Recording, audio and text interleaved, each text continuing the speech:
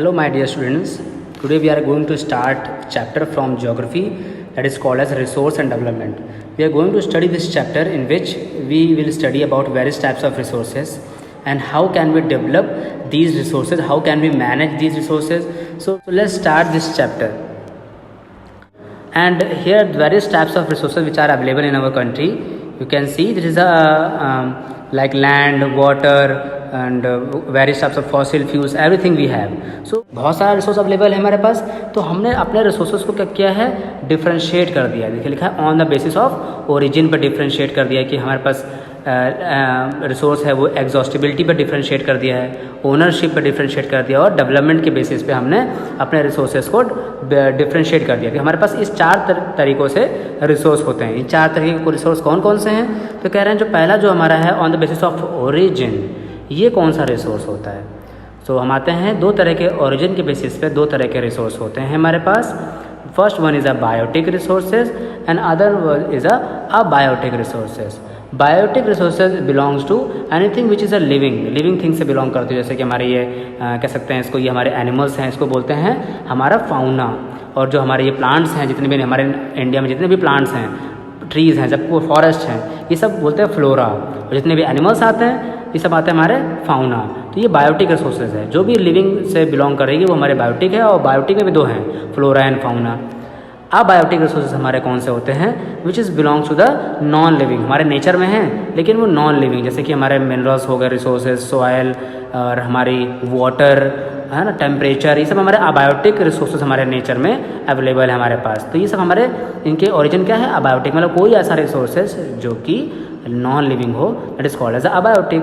ठीक है, तो हमने ओरिजिन के बेसिस पे देखा, उसका ओरिजिन कैसा है, लिविंग से है, तो बायोटिक रिसोर्स बोलेंगे. उसका जो ओरिजिन है वो अगर जो नॉन लिविंग थिंग से आया तो उसको बोलेंगे अबायोटिक रिसोर्सेज बोलेंगे इसको. दूसरा, हम अपने रिसोर्सेज को हम डिफ्रेंशिएट कर सकते हैं on the basis of exhaustibility. किस बेसिस पे, किस स्पीड से ख़त्म होता है, एंड होता है, ख़त्म होता है कि ख़त्म नहीं भी होता है, उसके बिहाफ पे हमने डिवाइड किया. तो पहला जो हमारा है इसका renewable and non renewable. Renewable resources दो रिसोर्सेज होते हैं जो कि हमारे क्या होते हैं, रिन्यू हो जाते हैं. मतलब पहले तो है ना, जैसे देखते हैं जरा, जैसे लिखा है रिन्यूएबल रिसोर्सेज, मतलब जो क्या होते हैं, पहले हमारे नेचर में रहें और उसके बाद हम उसको यूटिलाइज़ कर लें और दोबारा से उसको हम रिन्यू कर लें, उसको बोलते हैं रिन्यूएबल रिसोर्सेज. जैसे कि आप देख सकते हैं इसमें एयर, विंड है ना, sun and we can see we have also solar energy, wind energy है ना, tidal energy. We have different types of energy resources. तो ये सब हमारे रिन्यूएबल रिसोर्सेज है, क्योंकि ये नेचर में आकर ये क्या होते हैं, ये हमारे जो होते हैं वो नए दोबारा बन सकते हैं. एक बार यूटिलाइज़ कर लेंगे नेचर में, दोबारा से हमारे पास ये आ जाएंगे. लेकिन नॉन रिन्यूएबल रिसोर्स जो होते हैं वो एक बार यूटिलाइज़ कर लिया तो दोबारा उसको हम यूटिलाइज़ नहीं कर सकते हैं. जैसे कि कोल, एक बार यूटिलाइज़ कर लिया दोबारा से हीट एनर्जी नहीं देगा, है ना. पेट्रोल है, जैसे यहाँ पेट्रोल निकाला जा रहा है, तो पेट्रोल जो एक बार यूटिलाइज़ कर लिया, डीजल इस्तेमाल कर लिया तो दोबारा से नहीं कर सकते हैं. ये कंपोज नेचुरल गैस है, ये भी हमारी जो होती है एक बार यूटिलाइज़ कर लोगे तो दोबारा इसको हमको रिसोर्स नहीं मिलेगा आपको. तो ये रिन्यू नहीं कर सकते नॉन रिन्यूएबल को, और रिन्यूएबल को हम दोबारा से यूज़ करने के बाद दोबारा से हम फिर से रिन्यू कर सकते हैं. ठीक है, तो ये हमारे renewable and non renewable on the basis of exhaustibility. Next हमारा टॉपिक जो है resources on the basis of ownership. तो हम रिसोर्सेज को ओनरशिप के बेसिस पे डिफ्रेंशिएट कर सकते हैं. तो ओनरशिप बेसिस पे नेक्स्ट हमारा जो है, इसको हम चार पार्ट में डिवाइड कर सकते हैं. एक इंडिविजुअल ओनरशिप हो सकती है, community ownership, national ownership and last one is international ownership पे बेसिस पे हम डिफ्रेंशिएट कर सकते हैं. तो जो सबसे पहला आपका है वो इंडिविजुअल बेसिस पे है. इंडिविजुअल में से कोई भी ऐसी रिसोर्सेज जो किसी पर्टिकुलर एक पर्सन का हो, एक इंडिविजुअल का हो, उसे बोलते हैं individual resources. Like you have various types of, मतलब जैसे देखिए पार्क है, ये घर है, तो ये किसी पर्टिकुलर एक पर्सन से बिलोंग करता है. आपका घर भी है, आपका ही है वो, तो ये आपका पर्सनल रिसोर्स है. आपका कोई गार्डन है, वो आपका personal resource, that is called as individual resources. ठीक है, next we can say community resources. ऐसी रिसोर्स जो हमारी कंट्री में हो, जो कि बिलोंग करती हो वेरियस कम्युनिटीज़ से बिलोंग करती हो, मतलब हमारी कम्युनिटी का हो, सिर्फ एक पर्सन का ना हो, वो पूरी कम्युनिटी का हो. जैसे हमारे पूरे आपके सोसाइटी में रहने वाले सभी लोगों का हो. जैसे कि टेम्पल हो सकता है आपके सोसाइटी का, आपके सोसाइटी का पार्क हो सकता है जहाँ बच्चे खेलते हैं. तो ये सब चीज़ें भी हमारी जो हैं वो हमारी कहाँ की हैं, हमारे कम्युनिटी रिसोर्सेज हैं. नेक्स्ट वन इज़ हमारा नेशनल रिसोर्सेज जो होते हैं. National resource, you can clearly understand कि नेशनल रिसोर्स क्या होंगे, जो कि हमारे पूरी कंट्री के लिए, पूरी कंट्री का हो। जैसे कि में आता है कौन से हमारे नेशनल रिसोर्स में आते हैं हमारे, जैसे मिनरल्स हो गए सारे, वाटर रिसोर्सेज हो गया, है ना, फॉरेस्ट हो गया, हमारे जितने भी एनिमल्स हैं उसको बोलते हैं हमारा फाउना हो गया, फ्लोरा हो गया, पूरा जितने भी हमारे वेजिटेशंस हैं, प्लांट्स हैं, फॉरेस्ट हैं। इसके साथ साथ हमारे जो जितने भी इंडिविजुअल पढ़ा हम लोगों ने, जितना कम्युनिटी पढ़ा, वो सब भी नेचुरल रिसोर्स में ही आता है। और इसके साथ साथ हमारा ओशन भी है, ये भी हमारा नेशनल रिसोर्स में आता है। लेकिन नेशनल रिसोर्स जो होगा, हमारा जो ओशन होगा, वो पूरा नहीं होगा। हमारे कंट्री से 12 नॉटिकल माइल्स की जो डिस्टेंस होगी, 22.2 किलोमीटर्स तक हमारे कंट्री से 22.2 किलोमीटर तक हम आगे जाएंगे ओशन में, और वहाँ तक जितना भी एरिया होगा वो हमारे नेचुरल रिसोर्स में, हमारे नेशनल रिसोर्स में आएगा।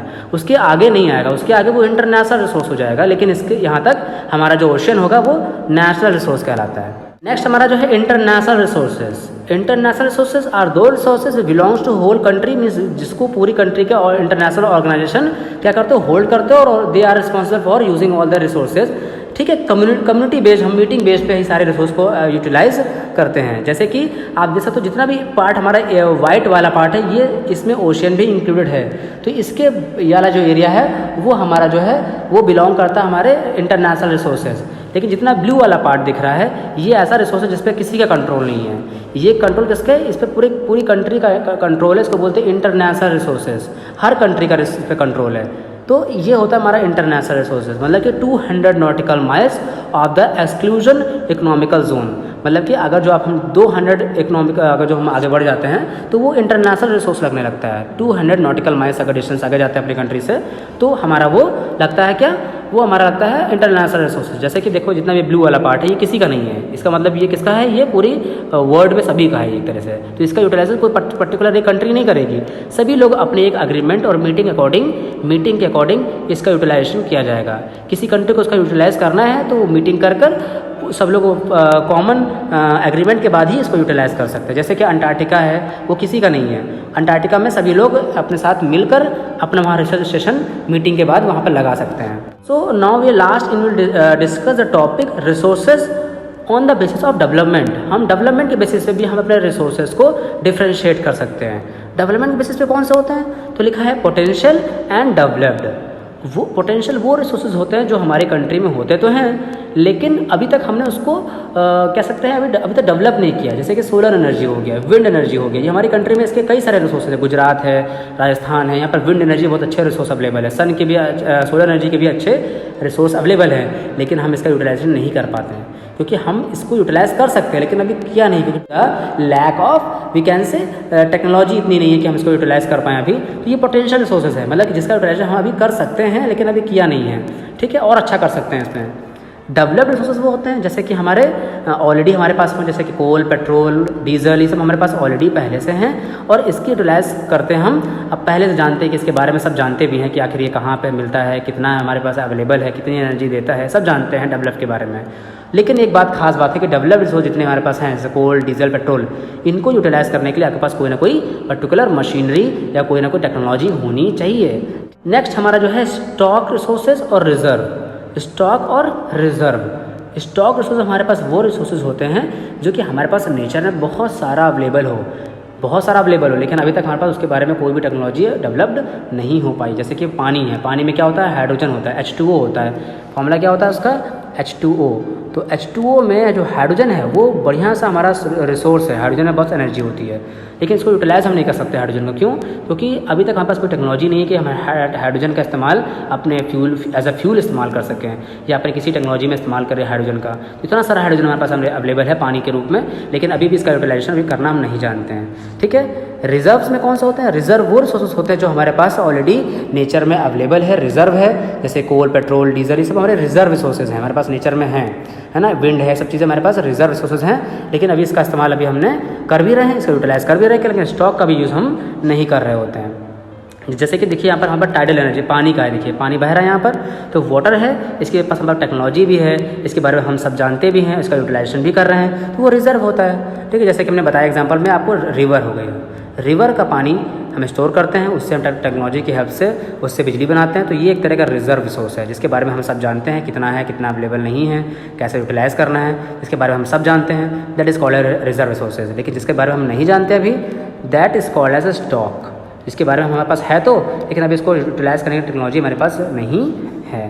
तो सस्टेनेबल डेवलपमेंट हमारा वो रिसोर्स डेवलपमेंट होता है जिसमें हम अपनी आज की रिक्वायरमेंट्स को पूरी कर सकें और साथ ही साथ आने वाली फ्यूचर जनरेशन का भी हम ख्याल रखें। अपने आने वाले फ्यूचर जनरेशन जो है उनका भी ख्याल रखें। यानी कि सारा रिसोर्स आज का आज हमने यूटिलाइज़ कर लिया और कल के लिए कोई भी रिसोर्स हमने छोड़ा ही नहीं। तो हमें सस्टेनेबल डेवलपमेंट में क्या होता है, जो कि हम आज भी अपने रिक्वायरमेंट्स को पूरी कर लें, जो रिक्वायरमेंट्स हैं हमारे रिक्वायरमेंट्स को पूरी कर लें, साथ ही साथ आने वाली जनरेशन को भी हमें ध्यान रखना है और अपने एनवायरनमेंट को भी ध्यान रखना है। That is a called sustainable development. ठीक है, तो सस्टेनेबल डेवलपमेंट में जो होगा नेक्स्ट हम देखते हैं, इसमें लिखा है रिसोर्स प्लानिंग। तो देखना मतलब ये है कि सस्टेनेबल डेवलपमेंट तभी हो पाएगा जब हमारे पास होगी रिसोर्स प्लानिंग। क्योंकि रिसोर्स प्लानिंग नहीं होगी तो हम सस्टेनेबल डेवलपमेंट का हमने क्या किया कि हमने बहुत सारे हमारे पास रिसोर्सेज हो गए और हम उसको ब्लाइंडली यूज़ करते रहे और एक दिन क्या होने लगा, वो धीरे धीरे ख़त्म होने लगे और साथ ही साथ हमें समझ में आया कि ये तो भैया लिमिटेड है और अगर जिसको हमने सही से इस्तेमाल नहीं किया, प्लानिंग करके इसका इस्तेमाल नहीं किया तो ये कुछ समय में ये ख़त्म हो जाएंगे और साथ ही साथ हम अपना इन्वायरमेंट भी इतना पॉल्यूट कर चुके होंगे कि हमारा लिए यहाँ पर रहना बहुत मुश्किल हो जाएगा। देखा होगा कि आपने कि लॉकडाउन से पहले काफ़ी कितना पॉल्यूशन की खबरें आ रही थी, यहाँ पॉल्यूशन इतना हो गया है, रिकॉर्ड टूट गया है, ये वो। और लॉकडाउन के बाद देखा होगा कि आपने कुछ काफ़ी प्रॉब्लम्स हमारी देखा इस तरह की नहीं आ रही होंगी, जैसे कि पॉल्यूशन का प्रॉब्लम ऐसा करके कई जगहों पर तो पानी बहुत साफ़ हो गया, एयर बहुत क्लीन हो गई। तो ये तो एक टेम्परेरी सॉल्यूशन है, लेकिन है ना, लॉकडाउन करना एक टेम्परेरी सॉल्यूशन है। लेकिन अब आगे चल के जो हमारा जो ऐसे तरीके हम यूटिलाइज़ करेंगे जो कि परमानेंट तरीके और हमेशा हमारे लिए हेल्पफुल हों, तो उसके लिए कॉन्सेप्ट सामने क्या आया हमारे पास, रिसोर्स प्लानिंग करते हैं हम लोग। ठीक है, तो रिसोर्स प्लानिंग में सबसे पहला स्टेप जो होता है, किसी चीज़ की अगर प्लानिंग करते हैं हम लोग, चाहे वो हमारे जेब में पैसे ही रखे हों क्यों ना हो, उसको हमें मान लीजिए खर्च करना है। जब जेब में हमारे पास पैसे हैं और उसे खर्च करना है तो सबसे पहले हम लोग क्या करते हैं, देखते हैं कि भाई हमारे पास कितना पैसा है। आइडेंटिफाई तो करो कि जेब में कितने पैसे हैं, मतलब कि हमारे पास रिसोर्स कितने हैं, हमें पहले ये भी देखना पड़ेगा। ठीक है, उसके बाद फिर उस पैसे की हम लिस्ट बना लेते हैं कि हमारे पास कौन सा पैसा, उसको लिख लो। जैसे कि हमारे पास रिसोर्स है हमारे पास, तो रिसोर्स जो हमारे पास है उसके ऊपर आइडेंटिफाई करो कि हमारे पास कौन कौन सा रिसोर्स हैं। दूसरा है कि उसकी इन्वेंट्री बनाने का मतलब ये है कि उसको लिस्टिंग कर लें कि कौन सा रिसोर्स कहाँ पर है और कितना है, तो उसकी इन्वेंट्री, तो उसकी लिस्टिंग करने को बोलते हैं इन्वेंट्री। और पहले पहचानो कितने तरह के हैं, उसके बाद फिर ये इसको हम लिस्ट बना लेंगे, इन्वेंट्री कर लेंगे कौन कितने रिसोर्स हमारे पास हैं। नेक्स्ट हमारा जो है उसकी प्लानिंग करेंगे। लिस्ट बना ली है कि कौन सी चीज़ कितनी है, उसकी प्लानिंग करना शुरू करेंगे। प्लानिंग मतलब कि उसको कैसे यूटिलाइज़ किया जाएगा, यूटिलाइज़ करने के लिए कौन सी मशीन्स लगेंगी, यूटिलाइज़ करने के लिए कौन सा स्किल हमें चाहिए। स्किल मतलब हमारे पास कितनी क्या क्या नॉलेज होनी चाहिए। ठीक है, उसके लिए इंस्टीट्यूशन बनाने पड़ेंगे कि भाई देखिए हमको पेट्रोल हमारे पास है, डीजल है, लेकिन पेट्रोल डीजल बनाने के लिए हमारे पास मशीनरी होनी चाहिए, उसको पेट्रोलियम से पेट्रोल डीजल बनाने वाली होनी चाहिए। लेकिन पेट्रोल डीजल बनाएगा कौन, उसके लिए कुछ हमारे पास इंजीनियर भी होने चाहिए, उसके वर्कर भी होने चाहिए, और उसके लिए स्किल की ज़रूरत है तो उसके लिए स्कूल बनाएंगे, उसके लिए कॉलेज बनाएंगे। तो ये सब चीज़ें हमारे पास प्लानिंग के अंदर ही आएगा। ठीक है, थर्ड हमारा जो है कि रिसोर्स जो डेवलपमेंट प्लान्स हैं, हमारे रिसोर्स डेवलपमेंट प्लान्स हैं वो नेशनल डेवलपमेंट प्लान से मैच होने चाहिए। अपना रिसोर्स डेवलपमेंट प्लान है हमारे पास है, उसी हिसाब से नेशनल डेवलपमेंट प्लान होना चाहिए। ये नहीं कि हमारे पास प्लान कुछ और है, नेशनल डेवलपमेंट मतलब ये है मान लीजिए 10 लोगों की रिक्वायरमेंट है, प्लानिंग हम 4 लोगों के हिसाब से कर रहे हैं। तो ये बिल्कुल वैसा ही जैसे बर्थडे पार्टी करते हैं हम लोग कि अगर हमारे घर में अगर 10 लोग आ रहे हैं तो हम 10 के हिसाब से ही देखेंगे कि हमारे पास 10 लोगों के हिसाब से हमारे पास रिसोर्स है भी नहीं है, इतना चीज़ खिलाने के लिए उतना चीज़ें चेयर्स और सब चीज़ फैसिलिटी अवेलेबल है कि नहीं है। तो वही चीज़ है कि हम जो पार्टी रखते हैं तो उससे पहले हम लोग अपना रिसोर्स चेक कर लेते हैं, रिसोर्स हिसाब से नेशनल हमने पार्टी रखते हैं। उसी तरह रिसोर्स देखते हैं पहले कितना रिसोर्स हमारे पास हो, उसी हिसाब से वो नेशनल के लिए पूरे देश के लिए प्लान बनाते हैं। ठीक, जब बात आती है हमारे इंडिया की, तो इंडिया में कितनी ज़्यादा पॉपुलेशन है। ठीक है, ये बहुत सारी हमारे यहाँ पॉपुलेशन है और इतनी घनी पॉपुलेशन में रिसोर्स डेवलपमेंट करना बहुत मुश्किल है। अगर 10 लोगों के लिए पार्टी करना है इट्स वेरी इजी, लेकिन जब हज़ारों लोगों के लिए हो, 100 लोगों के लिए पार्टी करना हो या कुछ भी करना हो तो वेरी डिफ़िकल्ट हो जाता है। तो रिसोर्स प्लानिंग तो सोचिए हम लोग को लाखों करोड़ों लोगों के लिए करनी है, तब हम कैसे करेंगे, इनके लोग रिसोर्स प्लानिंग कैसे करी जाए वो हम देखते हैं। ठीक है, तो सबसे पहले जैसे एग्जांपल के तौर पर हम समझेंगे, जैसे कि यहाँ पर कुछ हमारे मध्य प्रदेश है ना, हमारे आंध्र प्रदेश हो गया, हमारा बिहार हो गया, है ना। तो ये सब जो हमारे एरियाज़ हैं, इन सब जगहों पर हम देखते हैं ज़्यादातर हमारे पास काफ़ी ज़्यादा रिसोर्स अवेलेबल हैं। अब देखिए यहाँ पर रिसोर्स जो है कोल है, हमारा कई तरह के माइकाज़ हैं, माइका अवेलेबल है ना, कौन से अलग अलग तरीके के रिसोर्सेज यहाँ पर अवेलेबल होते हैं। तो ये जो जगह है यहाँ पर इस तरह के मिनरल रिसोर्स ज़्यादा हैं। ठीक है, दूसरी जगह जैसे कि हमारे ये लिखा है अरुणाचल प्रदेश में, देख सकते हो अरुणाचल प्रदेश में जो है हमारे पास पानी बहुत होता है, पानी को बहुत सारा होता है, लेकिन हमारे पास दिक्कत ये है कि हम इस पानी का रिक्वायरमेंट जो है यूटिलाइजेशन है वो हम सही से नहीं कर पाते अभी। इतना सारा पानी दुनिया के सबसे हमारे जो बारिश है वो यहीं पर होती है अरुणाचल प्रदेश में। और यहाँ की जो बारिश है समझ लीजिए इतनी होती है कि जितनी 10 साल में राजस्थान में जितनी बारिश होती होगी 10 सालों में मिलाकर, उतनी बारिश वो एक दिन में यहाँ हो जाती है। इतनी बारिश होती है यहाँ पर, इतना पानी यहाँ पर अवेलेबल है, लेकिन इसका यूटिलाइजेशन हमें अभी भी प्रॉपर्ली नहीं यहाँ कर पाते हैं, यहाँ पर नहीं कर पा रहे अभी तक हम लोग। ठीक है, हर साल यहाँ पर पानी जो होता है मुसीबत बन जाता है, न्यूज़ में देखे रहे होंगे आजकल आप लोग। ठीक है, अब ये जो हमारा राजस्थान है, राजस्थान में सन एनर्जी बहुत है, सोलर एनर्जी बहुत भरपूर है, लेकिन सोलर एनर्जी का रिक्वायरमेंट जो यूटिलाइजेशन है पूरी तरीके से हम वहाँ कैप्चर नहीं कर पा रहे हैं अभी तक। तो हमारे पास ऐसी टेक्नोलॉजी होनी चाहिए कि सारा का सारा सनलाइट हम जो है वो वेस्ट ना जाए और उसको हम यूटिलाइज़ कर लें। तो इस तरह के रिसोर्स से हम एनर्जी बना लेंगे और हमारे रिसोर्स जो है काफ़ी और स्ट्रॉन्ग हो जाएगी। ऐसी प्लानिंग में हमें हेल्प मिलेगी। अब रही बात लद्दाख की, तो लद्दाख में जानते हैं कि वहाँ का कल्चरल हेरिटेज बहुत अच्छा है, वहाँ का कल्चरल जो हेरिटेज है वो बहुत अच्छा है वहाँ का। लेकिन वहाँ का कल्चरल हेरिटेज है, वहाँ का जो सब कुछ है बहुत बढ़िया है, लेकिन वहाँ पर पानी की कमी, क्योंकि पानी जम जाता है वहाँ पर एजुकेशन इंस्टीट्यूशन की ज़रूरत दिक्कत है, वहाँ पर पढ़ाई लिखाई काफ़ी रिक्वायरमेंट नहीं हो पाती अच्छी तरीके से, वहाँ पर नेटवर्किंग की इशू है, तो वहाँ पर काफ़ी कमियाँ हैं। लेकिन वहाँ पर कल्चरल हेरिटेज अच्छा है, तो वहाँ पे अगर कल्चर इतना अच्छा है तो अगर जो वहाँ पे सब चीज़ फैसिलिटीज़ मिल जाएगी तो ये लोग और अच्छा ग्रोथ कर सकते हैं। ठीक है, तो हमें पता चल गया कि हमें पर रिसोर्स काफ़ी जगहों पे अलग अलग है, लेकिन उसको प्लान्ड वे में इस्तेमाल नहीं कर रहे हैं, इसीलिए हम उसको जो है पूरा यूटिलाइज़ नहीं कर पा रहे। रिसोर्स की कमी नहीं है हमारे पास, मतलब कि ये बात समझ में आएगा कि रिसोर्स की कमी नहीं है, लेकिन प्लानिंग की रिक्वायरमेंट अभी भी है। तो लेट्स स्टार्ट रिसोर्स प्लानिंग की कैसे रिसोर्स प्लानिंग हम लोग करेंगे। तो देखिए हमारे पास दिखा है लैंड रिसोर्स, और हमारे पास देखिए लैंड रिसोर्स है, जिससे हम लैंड पे हम एग्रीकल्चर भी करते हैं, लैंड पे हमारे एनिमल्स भी रहते हैं। उसी लैंड पर हमारे पास क्या है, वहाँ पर पानी भी है, रिवर्स भी है, उस पर हम हाइड्रो इलेक्ट्रिसिटी सब बनाते हैं। दूसरा हमारे पास क्या है, उसी पर मशीनरी भी लगा रखी है, उसी पर रोड भी है। तो लैंड रिसोर्स जो है हमारे पास ऐसी चीज़ है जो कि हम बहुत सी चीज़ों को लैंड पे करते हैं, हम लैंड पे बहुत ज़्यादा डिपेंडेंट हैं। ठीक है, तो हमारी कौन सी लैंड कितनी जगह कहाँ पर कितना यूटिलाइज होता है उसको हम देखते हैं। जैसे कि देखिए यहाँ पर आप देखोगे कि 43% ऑफ जो लैंड है हमारी वो यूटिलाइज़ कहाँ होती है, हमारी एग्रीकल्चर फार्मिंग पर इस्तेमाल होती है। 43% में जो लैंड है वो बिल्कुल फ्लैट लैंड है, इस पर एग्रीकल्चर करते हैं हम लोग, अपनी इंडस्ट्रीज़ लगाते हैं, तो फ्लैट लैंड का इस्तेमाल हम लोग इस तरह से कर रहे होते हैं। ठीक है, लेकिन जो 30% लैंड हमारी है वो हम इस्तेमाल इसके लिए करते हैं अपने जैसे कि हमारे जो फॉरेस्ट हैं। अब फॉरेस्ट में क्या कर सकते हैं, फॉरेस्ट बिल्कुल ऊपर नीचे होते हैं, ना खेती हो पाती वहाँ पर, ना घर बन सकते हैं, ना रोड बन सकती है, तो करेंगे क्या, काम के नहीं हमारे, है कि नहीं? नहीं, ये हमारे बहुत काम के हैं। जैसे कि यहाँ पर टूरिज़्म कर सकते हैं, यहाँ पर टूरिस्ट आते हैं, वहाँ पर छोटी मोटी बिल्डिंग्स बनाकर वहाँ पर उसको होटल बना सकते हैं, वहाँ पर बहुत सारे टूरिस्ट आते हैं घूमने के लिए, टूरिस्ट के से बहुत सारा पैसा कमा सकते हैं। तो ये भी हमारे काम का, मतलब आपकी कोई भी चीज़ ख़राब नहीं होती है, कोई भी चीज़ वेस्ट नहीं होती, बस आपको उसको यूटिलाइज़ करना आना चाहिए। जैसे कि हमारे फॉरेस्ट हैं तो वहाँ पे भी बहुत सारी रिक्वायरमेंट फैसिलिटीज़ अवेलेबल होती हैं। जैसे कि ये हमारी है फॉरेस्ट है, तो यहाँ पर हमारे पास लेक्स हैं, पहाड़ हैं, यहाँ पर टूरिस्ट बहुत घूमने आते हैं, है ना, यहाँ पर हम बहुत चीज़ें कर सकते हैं। जो 27% लैंड है उस पे हमारे क्या हैं, 27% लैंड पे हमारे यहाँ पर प्लेट्यू है, और जो प्लेट्यू है उसमें क्या होता है, वो रिच डिपॉजिट ऑफ मिनरल्स होते हैं, रिसोर्सेज, उसमें काफ़ी मिनरल्स बहुत ज़्यादा रिच होते हैं इसमें हमारे प्लेट्यूज़ में। तो प्लेट्यूज़ हमारा रिच रिसोर्स ऑफ मिनरल, तो उनको हमें स्टडी करना चाहिए कि कौन से मिनरल्स अवेलेबल हैं, कितने अवेलेबल हैं, उसको हम कैसे अपनी कंट्री के डेवलपमेंट के लिए इस्तेमाल कर सकते हैं। तो ये जो फर्दर हमने डिस्कस करी, ये जो है हमारे जो है वो प्लेट्यू है। ठीक है, तो लैंड यूटिलाइजेशन में क्या है, हम लोग देखते हैं कि जो हमारे इंडिया में जो ministry of agriculture and farmer welfare government organisation है, बोलते हैं मिनिस्ट्री ऑफ एग्रीकल्चर के नाम से मोस्टली फेमस है। इसमें क्या होता है, उनके अकॉर्डिंग जो हमारी जो मोस्ट ऑफ द लैंड है वो किस में यूटिलाइज़ हो रही है, उनके हिसाब से जो लैंड है हमारे लिए 23% जो है वो 23% फॉरेस्ट हमारी लैंड है हमारी इंडिया की। बाकी जो पार्ट ऑफ द लैंड है हमारा वो यूटिलाइज़ हो रहा है, इसमें कल्टिवेट नहीं हो रहा कह रहे हैं। 14.2% ऑफ द लैंड जो हमारी है वो कल्टिवेट ही नहीं हो रही है। कल्टिवेट नहीं हो रही तो वो क्या हो रही है फिर, तो वो कह रहे हैं मोस्ट ऑफ द पार्ट जो लैंड जो कल्टिवेट नहीं हो रही है, या तो वो बैरन है, बिल्कुल बंजर पड़ी हुई है। देखो यहाँ पर जैसे बंजर पड़ी है लैंड, देखिए यहाँ बंजर पड़ी हुई है। दूसरी लैंड हमारे क्या है, सिटीज़ हैं, या तो उस पर रोड बन चुकी है, तो वो हमारे लिए कल्टिवेशन इस्तेमाल नहीं हो रही है। तो बोलते हैं land not available for cultivation, तो हमारी लैंड जो होती है वो कल्टिवेशन के लिए अवेलेबल नहीं होती है। ठीक है, जो बाकी पार्ट ऑफ द लैंड लिखा है, other part of the other की जो हमारे लिखी हुई जो लैंड हमारी अदर अनकल्टिवेटेड लैंड हमारे कौन कौन सी है, तो हमारे अदर अनकल्टिवेटेड जो लैंड है वो कौन कौन सी हैं, जैसे कि लिखा है यहाँ पर हमारे पास्चर लैंड होती है। पास्चर लैंड जो होती है जो हमारे जानवरों के लिए क्या कहते हैं चरने के लिए रखी होती है, वो सिर्फ उसमें घास उगती है, झाड़ियाँ उगती है, तो पास्चर के लिए होती है, ठीक है।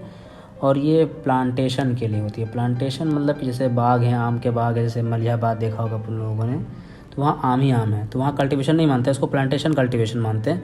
तो कह रहे वो कल्टीवेशन में नहीं, जैसे अनाज नहीं उगा रही है, बस वो फल है, फूल है, इन सबको उगा रही है, ठीक है। और जो हमारे दो बाकी बची पार्ट लैंड है वो हमारी क्या है, वो 5 साल से ज़्यादा क्या है, वो हमारी यूटिलाइजेशन में नहीं है। 5 या 5 साल से ज़्यादा हमारी लैंड जो है वो उतने समय के लिए यूटिलाइजेशन में नहीं थी। तो ये हमारी जो है वो हम मानते हैं कि अदर जो हमारी है जो अनकल्टिवेटेड लैंड है वो इन तीनों को मानते हैं, ठीक है, मिनिस्ट्री ऑफ हमारे एग्रीकल्चर के अकॉर्डिंग, ठीक है। और हमारी क्या लिखी है, हमारी फैलो लैंड हमारी कौन सी 8.5% जो हमारी वो फैलो लैंड है। वो 8.5% जो हमारी फैलो लैंड है वो क्या होती है, जैसे कि लिखा है वो लैंड जो हमारी 1 या 1 से कम साल के लिए उसको हमने एक से कम साल के लिए हमने उसको क्या किया है, कल्टिवेट नहीं किया है, या 1 से 5 साल के लिए हमने उसको क्या किया है, कल्टिवेट नहीं किया है। तो ये हमारी जो है वो आती है हमारी फैलो लैंड में, ठीक है, जिसको हमने कल्टिवेट नहीं किया, तो ये भी कल्टिवेशन में नहीं आ रही है हमारी लैंड, ठीक है। तो बची हमारी जो इसके अलावा जो लैंड बच जाती है उसको हम लोग हमारी जो मिनिस्ट्री ऑफ एग्रीकल्चर कहती है वो नेट सोन एरिया है हमारा। बाकी बचा पार्ट जो है 45.6% जो लैंड है हम उसको कल्टीवेट कर रहे हैं, मतलब वो हमारे कल्टीवेशन में मानती है। किसी भी लैंड जो हमारी है वो खेती के लिए इस्तेमाल हो रही है, बाकी सब फैलो लैंड है, या तो वो अनकल्टिवेटेड लैंड है, या तो वो फॉरेस्ट लैंड है, इस तरह से वो लैंड है, ठीक है। तो कह रहे हैं जो नेट सोन एरिया जिस पे हम लोग उगाते हैं, जिसको मैंने बताया अभी 45.5% जो हमारी लैंड है ये जो है ये हमारे नेट सोन एरिया है जिस पे हम लोग खेती करते हैं, ठीक है, नेट सोन एरिया है, ठीक है। लेकिन किसान क्या करता है, वो जितनी उनके पास पूरी टोटल लैंड होती है उस पर या तो समर में एक बार अपनी फसल उगा लेते हैं, है ना, और एक बार विंटर में, इसको बोलते हैं राबी क्रॉप्स। और ये हमारे खारिफ क्रॉप्स होती है जो समर में होती है, खारिफ क्रॉप होती है, ठीक है, और राबी क्रॉप्स भी हमारी होती है, ठीक है। तो खारिफ और राबी क्रॉप्स जो हम उगाते हैं तो कह रहे हैं साल में 2 बार उगाते हैं हम लोग। तो हम लोग ग्रॉस क्रॉप्ड एरिया में क्या करते हैं, साल में 2 बार हम उसको ऐड करते हैं, लैंड के एरिया को हम 2 बार ऐड करते हैं इन अ ग्रॉस क्रॉप्ड एरिया में, ठीक है।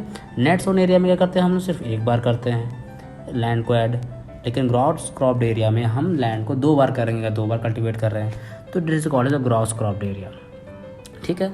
हमारी इंडिया की जो लैंड है वो 3.28 मिलियन स्क्वायर किलोमीटर की टोटल एरिया है हमारे लैंड का, ज़मीन का।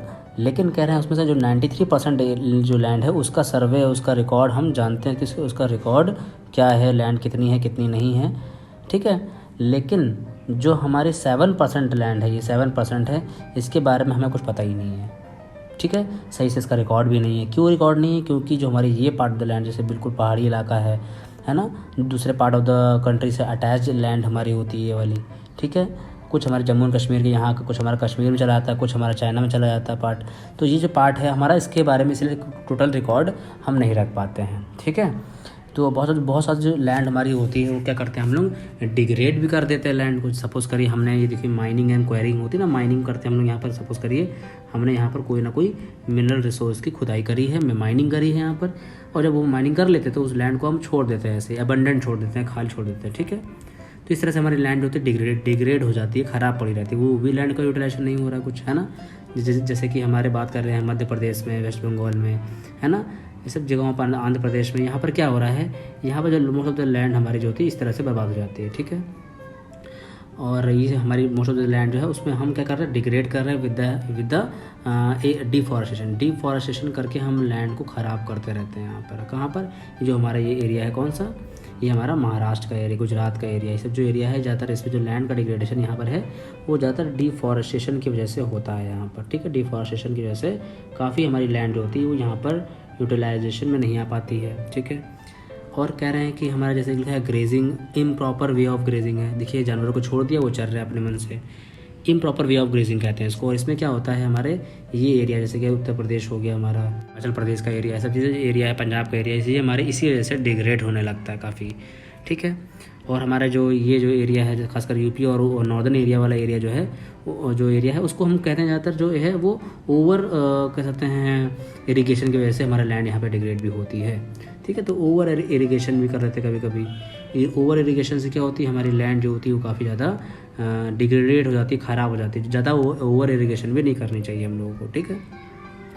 और क्या होता है, जैसे बताया कि हमने जो हमारे जो है इंडस्ट्रीज़ है उनमें से निकलने वाली डस्ट होती है, जो डस्ट है उसमें से निकलने वाले कई तरह के पार्टिकल्स होते हैं जो निकलते हैं, हवा में रहते हैं, और निकलने के बाद क्या होते हैं वो पार्टिकल जाके हमारे ज़मीन पर जाकर सेटल होना शुरू कर देते हैं, जाकर सेटल होना लगेंगे। ठीक है, जब ढेर सारे पार्टिकल जब वो सेटल हो जाएंगे, क्योंकि बहुत माइन्यूट छोटे पार्टिकल होते हैं, तो ज़मीन पर जाके देखिए इस तरह से छोटी सी ऐसे करके एक हमारे मिट्टी के ऊपर लेयर बना लेते हैं। जब ये मिट्टी के ऊपर इस तरह से लेयर बन जाती है, ढेर सारी इस तरह की लेयर बन जाएगी, तो क्या होगा फिर, तो ये करते हैं हमारे पानी की जो अंदर जाने की पावर होती है उसको रोक देते हैं, मिट्टी के अंदर पेनिट्रेशन पावर है उसको ख़त्म कर देते हैं।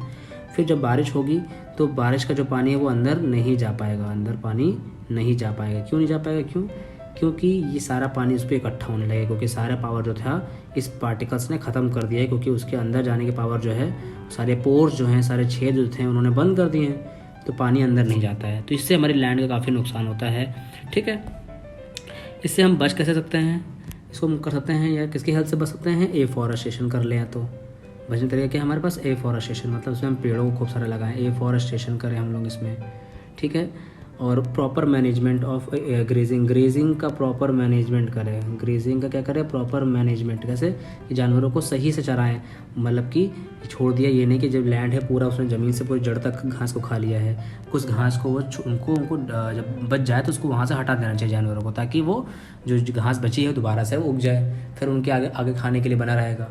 और घास बनी रहेगी तो मिट्टी जो हमारी ऊपर की टॉप लेयर होती है वो बहकर या उड़कर कहीं नहीं जाती, हमारी मिट्टी जो होती है डिग्रेड नहीं होती है, लैंड डिग्रेड नहीं होती है, तो लैंड रिसोर्स हमारा मेंटेन रहता है। ठीक है, शेल्टर बेड्स बना सकते हैं। कई बार देखा होगा खेतों के किनारे कई सारे इस तरह से पेड़ लगाए जाते हैं, दिख रहे हैं ना आपको, लाइन से देखिए पेड़ लगाए गए यहाँ पर।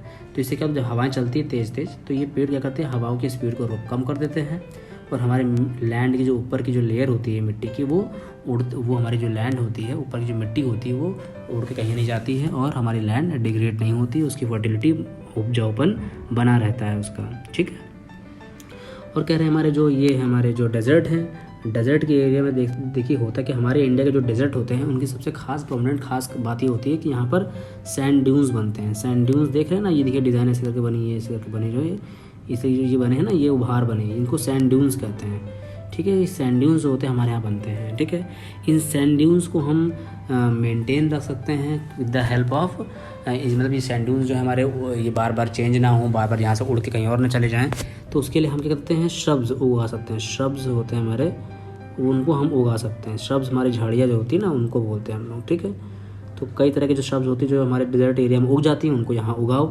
ठीक है, इससे क्या होगा, श्रब्स उगने से क्या होती है, यहाँ पर हमारे जो मिट्टी है उसको पकड़ी रहती है ये, और हमारी लैंड होती है डिग्रेड नहीं होती, ख़राब नहीं होती ये लैंड। ठीक है, और साथ ही साथ कह रहे हैं जो हमारी लैंड, हमारे जो हम जो माइनिंग और क्वायरिंग करके करते हैं, उस लैंड को हम करें ऐसे खुला ना छोड़े, वहाँ पर भी कुछ ना कुछ एक्टिविटीज़ को हम प्लान करें, ताकि वहाँ पर हम प्लांटेशन कर दें, ताकि वो लैंड हमारी बिल्कुल एम्प्टी ना रखी रहे। ठीक है, और proper management of natural resources करें, ये नहीं कि हम अपने अकॉर्डिंग बस जितना चाहे उतना हमारे लैंड से क्या कर रहे हैं, रिसोर्स को निकाल कर यूटिलाइज़ कर रहे हैं, और लैंड की कोई भी केयर नहीं कर रहे हैं। ठीक है, जितने भी हमारे इंडस्ट्रियल इफ्लुएंट्स निकलते हैं, मतलब इंडस्ट्रीज़ होती हैं, उनसे इंडस्ट्रीज़ से निकलने वाले कई सारे क्या होते हैं, इफ्लुएंट्स होते हैं। इफ्लुएंट्स जो होते हैं मतलब कि जो उनसे निकलने वाले जो हमारे हार्मफुल प्रोडक्ट्स होते हैं उनको कह रहा है ट्रीट करके ही डालें। ट्रीट करके मतलब उनको एसिड है तो उनको बेस मिलाकर न्यूट्रल करके तब पानी में डालें। अगर बेसिक चीज़ें वहाँ से निकल रही हैं तो उसको एसिड मिलाकर न्यूट्रल करके तब उनको हम पानी में डालें। मतलब जो भी डालना है वो न्यूट्रल होना चाहिए बिल्कुल। पानी में डालेंगे तब जाके वो, या पानी में डाल रहे हैं, मिट्टी में डाल रहे हैं, कहीं से भी इन्फ्लुएंस निकल के कहीं बाहर फेंक रहे हैं, तो उसका प्रॉपर ट्रीटमेंट होना चाहिए। इस तरह से प्रॉपर मैनेजमेंट करना चाहिए। ठीक है, तो इस तरह से हम देख रहे हैं नेचुरल रिसोर्सेज हमारे किस तरह से डिग्रेड हो रहे थे और किस तरह से उनको हम बचा सकते हैं। Let's know about this why we call as a soil as resources. So here you can see that soil is a resources but it is very difficult to form. Means सिर्फ कुछ सेंटीमीटर्स की जो हमारी thickness की जो soil है उसको बनने में मिलियंस ऑफ ईयर्स लग जाते हैं। हाँ सही बात है, मिलियंस ऑफ ईयर्स लग जाएंगे। अगर जो कुछ सेंटीमीटर की अगर जो लेयर है 1 या 2 सेंटीमीटर की लेयर है, इतनी मोटी सिर्फ लेयर बनने में मिलियंस ऑफ ईयर्स लग जाते हैं इस सॉइल को बनने में। इतनी लॉन्ग एंड टीडियस प्रोसेस है हमारी ये। ठीक है, और कह रहे हैं जो सॉइल बनती है उसके ऊपर कई सारे फैक्टर्स डिपेंड करते हैं। ऐसा है रिलीफ फीचर्स क्या है, मतलब कहाँ पे बनी है वो, हमारे लैंड पे बनी है, मिट्टी से बनी है, आइलैंड पर बनी है वो, या माउंटेन्स पे बनी है। डेजर्ट में है वो, तो ये रिलीफ फीचर्स पर डिपेंड करती है कि सॉइल कैसे बनेगी। पैरेंट रॉक, जिस रॉक से बनी वो कौन सी रॉक है, जैसे कई तरह की रॉक्स होती हैं, सेडिमेंट्री रॉक्स होती हैं हमारी, मेटामॉर्फिक रॉक्स होती हैं, ब्लैक हमारी इग्निशियस रॉक्स होती है। तो किस रॉक से हमारी सॉइल बनी ये भी डिपेंड करता है कि हमारी सॉइल कैसी है। क्लाइमेट पर डिपेंड करता है हमारा कि क्लाइमेट कैसा है, हॉट सीज़न में या विंटर सीज़न में, सब जगहों पर अलग अलग तरह से सॉइल का प्रोसेस होता है। वेजिटेशन जो से हमारा है, वेजिटेशन वहाँ पे कैसा है, मतलब वेजिटेशन है वहाँ पर, है वेजिटेशन बिल्कुल नहीं है वहाँ पे। तो ये सब फैक्टर्स जो हैं जो हमारे सॉइल फॉर्मेशन में पार्ट प्ले करते हैं। ठीक है, सबसे मेन पार्ट जो इसमें लास्ट में है वो टाइम है। टाइम बहुत लगता है इस सॉइल के फॉर्मेशन में, because it is a very slow process. और बताया मैंने आपको मिलियंस ऑफ ईयर्स का टाइम लग जाता है इसको बनने में। तो these are the features, like first one is a relief, second one is a parent rock, third one is a climate, vegetation, fourth one and fifth one is a time. So you have to remind this, क्योंकि हम लोग ये चीज़ हम आपको एक test में पूछ सकते हैं कि व्हाट आर द फैक्टर्स जो हैं help in the formation of soil. ठीक है, सबसे ज़्यादा पहली जो हमारी सॉइल है, जो बहुत फेमस हमारी सॉइल है, जब जानते हैं alluvial soil, because we are live on this soil. ये सॉइल हमारे लिए बहुत ज़्यादा इंपॉर्टेंट है क्योंकि हम इसी सॉइल पे रहते हैं, और ये सॉइल जो है हमारे नॉर्थ इंडिया का मोस्ट ऑफ द पार्ट जो है वो कवर करती है सॉइल। ठीक है, इस जो सॉइल है एलुवियल सॉइल, आप देख सकते हैं कौन कौन से पार्ट के किस किस पे एरिया के कौन कौन से पार्ट में आपको देखने को मिल रही है। जो खासकर ऊपर वाले पार्ट है, देखिए नॉर्थ वाले पार्ट में देखिए भरमार है इस एलुवियल सॉइल की। क्यों है?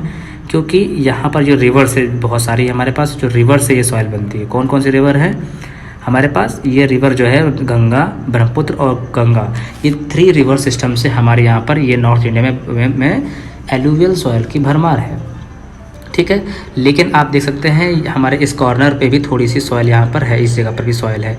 तो जो ये वाला पार्ट है यहाँ पर गंगा, ब्रह्मपुत्र और इंडस का सॉइल तो आता नहीं है। तो इस जगह पर ये सॉइल कैसे पहुँची एलुवियल? क्योंकि यहाँ पर दूसरी रिवर सिस्टम इसको कहते हैं महानदी, गोदावरी, कृष्णा, कावेरी। महानदी, गोदावरी, कृष्णा, कावेरी, ये 4 रिवर्स हैं। यहाँ के डेल्टास जो रिवर जो अपने सॉइल कलेक्ट करते हैं, उससे हमारे यहाँ पर इस जगह पर इस पोर्शन पे भी हमारे को सॉइल देखने को यहाँ पर मिलती है। ठीक है, next part is this, means that soil, this soils contain sand. इसमें ज़्यादा सैंड होती है, सिल्ट एंड क्ले का बहुत बढ़िया प्रॉपर मिक्सचर होता है, इसलिए सबसे बेस्ट एलुवियल सॉइल मानी जाती है, क्योंकि इसमें सैंड, सिल्ट और क्ले का एक एप्रोप्रिएट मिक्सचर होता है। ठीक है, तो नेक्स्ट है हमारा कि जो सॉइल है वो जो रिवर के पास देखेंगे तो बहुत ही फाइन इस तरह से दिखेगी। जैसे जैसे हम रिवर से दूर होते चले जाएंगे तो हमारे सॉइल का टेक्सचर में डिफरेंट चेंजेस आते रहेंगे, और फाइनली ये काफ़ी ज़्यादा कोर्स हो जाती है, मतलब काफ़ी बड़े इसलिए दिखने लगते हैं कोर्स होती है। यहाँ बहुत ही फाइन मिट्टी और बहुत ही एकदम फाइन टेक्स्चर मिलता है। इसमें सैंड भी है, इसमें सिल्ट भी है, तो बहुत अच्छा टेक्स्चर मिलता है। लेकिन जैसे जैसे हम रिवर से दूर जाते हैं इसका टेक्सचर बदलता रहता है। ठीक है, देख लो कैसे धीरे धीरे सॉइल के पार्टिकल्स थोड़े से बड़े होते चले जा रहे हैं। ठीक है, इस सॉइल को हम, जो हमारी एलुवियल सॉइल है, इसको हम टाइम के अकॉर्डिंग भी डिफ्रेंशिएट कर सकते हैं। जैसे कि बोला था हमने भांगर जो है वो सबसे ओल्ड एलुवियल सॉइल है, जो कि पहले कभी डिपॉजिट हुई होगी। लेकिन जो न्यू सॉइल होती है एलुवियम की, जो अभी डिपॉजिट हो रही है, उसे बोलते हैं खादर। ये न्यू एलुवियल सॉइल है, अभी फॉर्मेशन होकर अभी डिपॉजिट हुई है। और भांगर जो होती है वो ओल्ड एलुवियल सॉइल होती है। ठीक है बच्चों, जो हमारी एलुवियल सॉइल है इसमें सबसे जो न्यूट्रिशंस हैं वो है potash, phosphoric acids and lime, हमारे बहुत ज़्यादा मोस्टली पार्ट ऑफ द इसमें हमारी जो कंटेंट है इसमें। और ये किसके लिए बेटर है हमारे लिए? ये हमारे कह सकते हैं हमारे शुगर केन के लिए, वीट है, पैडी है ना, और हमारे डिफरेंट टाइप्स ऑफ सीरियल्स के ग्रोथ के लिए बहुत अच्छी सॉइल होती है। इसीलिए हमारे मोस्ट ऑफ द क्रॉप्स हम इसमें ग्रो कर सकते हैं आसानी से। जो सेकंड हमारे सॉइल है वो ब्लैक सॉइल है। ब्लैक सॉइल जो होती है देख सकते हो आप कि हमारी कैसे बनती है, इग्निशियस रॉक से बनती है, मतलब कि लावा हो, है ना, क्योंकि ये डेक्कन प्लेटू में देखने को ज़्यादा मिलती है। मैंने बताया था ना डेक्कन प्लेटू कैसे बना था। डेक्कन प्लेटू हमने आपको स्टार्टिंग में ही चैप्टर में बताया था कि डेक्कन प्लेटू जो है वो बना था हमारे किसकी वजह से, एक तरह के ओशियन में आने वाले वोल्केनिक इरप्शन से बनी थी ये प्लेटू। और प्लेटू में ब्लैक सॉइल की डिपॉजिट है। तो ये ब्लैक सॉइल जो होती है वो ब्लैक इन कलर है, इसका कलर कुछ ऐसा दिखता है। देखिए टेक्सचर देखिए, इसको देखने में आपको कलर ऐसा नज़र आएगा कभी आप देखोगे ब्लैक सॉइल को। तो इसको रेगुलर सॉइल भी कहते हैं ब्लैक सॉइल को। और ये वेरियस पार्ट्स में आपको देखने को मिल सकता है। गुजरात है हमारे, है ना, मध्य प्रदेश में, सब उड़ीसा के आसपास भी देखने को सॉइल मिल जाती है। इसका सबसे बेस्ट क्रॉप जिसमें उगती है वो है हमारी कॉटन सॉइल। ठीक है, कॉटन जो बहुत अच्छी तरीके से उगती है, इसको कॉटन सॉइल भी कहते हैं। और सबसे बेस्ट जो उसमें उगता है वो है कॉटन। ठीक है, इसके जो मिनरल्स हैं वो कैल्शियम कार्बोनेट है, मैग्नीशियम है, पोटैश है, lime, these are that minerals जो कि इस सॉइल में प्रेजेंट होते हैं। ठीक है, और जब सूख जाती है मिट्टी जब समर सीज़न में, तो ये देखेंगे इसमें काफ़ी सारे क्रैक्स आ जाते हैं, इसमें इस तरह के इसमें कट्स आ जाते हैं, ठीक है, समर सीज़न में, ठीक है। तो हमारा जो है जो नेक्स्ट सॉइल है वो रेड एंड येलो है। Red and yellow soil that is called red and yellow soil because ये पहले तो रेड रहती है ना, लेकिन इसमें क्रिस्टलाइन फॉर्म होती है। एक तरह की कैसे बनती है? क्रिस्टलाइन इग्निशियस रॉक से बनी है। एक तो इग्निशियस रॉक मतलब कि जो कि लावा से मिली हो, और क्रिस्टलाइन है काफ़ी है, ठीक है। और लो रेनफॉल जहाँ होती है वहाँ पर ये बनती है हमारी रेड सॉइल, ठीक है, रेड एंड येलो सॉइल बोलते हैं इसको। और ये सब एरियाज़ आप देख सकते हो नीचे के हमारे कर्नाटका केरला वाले एरियाज़ है, आंध्र प्रदेश का एरिया है, यहाँ पर हमको ये सॉइल देखने को मिलती है ज़्यादातर, ठीक है।